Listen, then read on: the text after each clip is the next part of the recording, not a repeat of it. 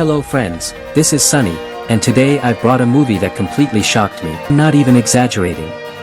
While watching it, I felt uncomfortable, disturbed, and at the same time, completely hooked. This isn't just a movie.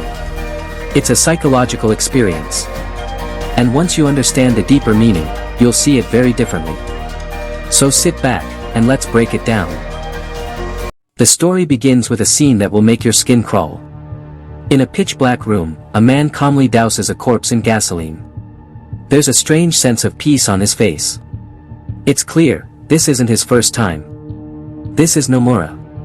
A brilliant but psychotic serial killer who believes that murder is a form of high art, and he wants the world to be his gallery. Only hours after his last kill, Nomura is already hunting for his next masterpiece. Late at night, he spots a girl on the road. She's desperate, trying to push her young brother in front of a speeding car. When she fails, she tries to throw herself into traffic, but the driver slams on the brakes just in time. Nomura watches from the shadows. He follows her and discovers she owns a small flower shop.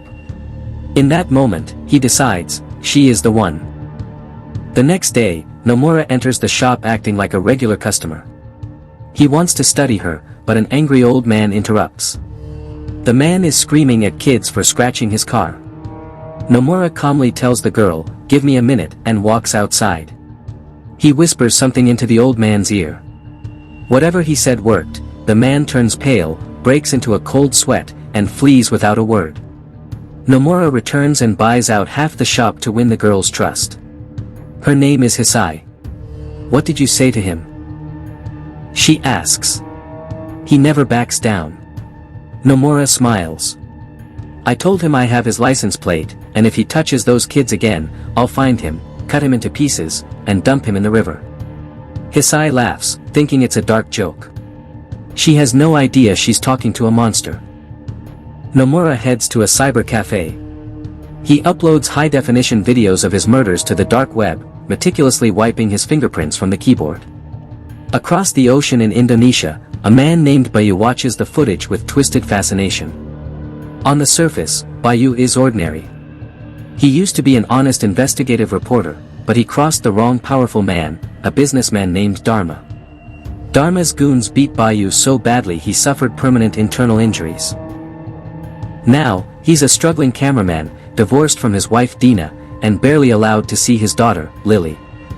After a failed attempt to expose Dharma again, Bayu is at his breaking point. One night, while taking a cab home, the driver and an accomplice try to rob him at gunpoint. They try to film him in a compromising position to blackmail him. Something inside Bayu snaps. In a flash of adrenaline, he fights back, grabs the gun, and guns them both down. Terrified but exhilarated, Bayu records the aftermath and uploads it to the dark web. Nomura sees the video. He knows instantly it's a first-time kill. He tracks Bayu down and initiates a video call. "The first time is easy," Nomura warns him. "The guilt will keep you awake. But eventually, you stop thinking and start feeling. That's when you truly exist." Inspired and fueled by a warped sense of justice, Bayu decides his next target will be Robert, Dharma's corrupt lawyer. Meanwhile, back in Japan, Nomura's obsession with Hisai grows. He discovers her brother has autism. Nomura, who lost his own family in a tragic accident and moved to the US on insurance money, tells her, "Wouldn't it be easier if your brother just disappeared?" Disgusted and terrified, Hisai kicks him out. Nomura's gentleman mask cracks. He needs to kill tonight. Bayu breaks into Robert's house. While searching for the lawyer, he finds something horrific. A child Robert had been torturing in a hidden room. Any mercy Bayu had vanishes. He beats Robert senseless, douses him in gasoline, and burns him alive. Back in Japan, Nomura finds Hisai's brother being bullied. He hands the boy a taser. "The world isn't for the weak," he whispers.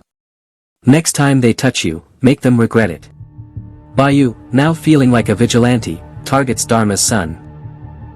But during the hit, he realizes the kid is innocent, he's nothing like his father. But it's too late. To protect his identity, Bayu pulls the trigger. The rush of the hunt is gone, only horror remains. The police and Dharma's men are closing in on Bayu.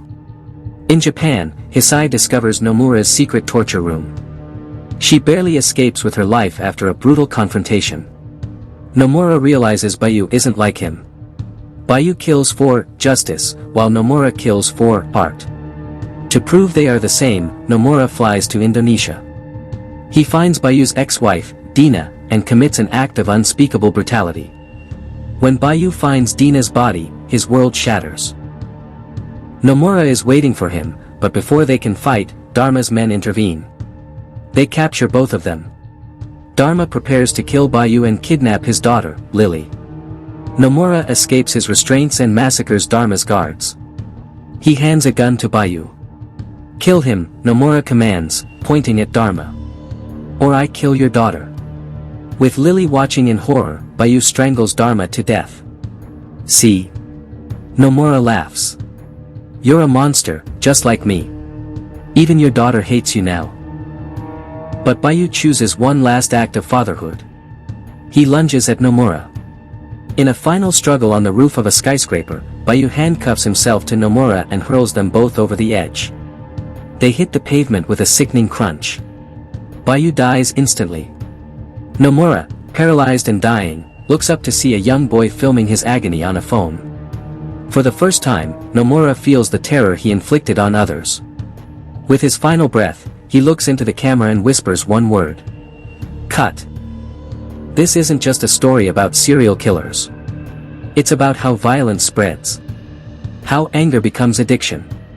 How justice can slowly turn into cruelty. And how sometimes the real horror isn't the killer. It's what the killer awakens in someone else. If this story disturbed you, shocked you, or made you think even for a second, then let me know in the comments. Do you believe Bayu was justified? Or did he lose his humanity the moment he chose violence? I read your comments and I genuinely love seeing your perspectives. If you enjoy deep, dark psychological movie breakdowns like this, where we go beyond the surface and explore the human mind, make sure you hit that like button. It really helps the channel grow. And if you're new here, subscribe, because every week, we dive into stories that stay with you long after the screen fades to black. Share this video with someone who loves intense thrillers, someone who isn't afraid to explore the darker side of cinema. Until the next story, stay curious and remember not every monster hides in the dark. Sometimes they're created by it.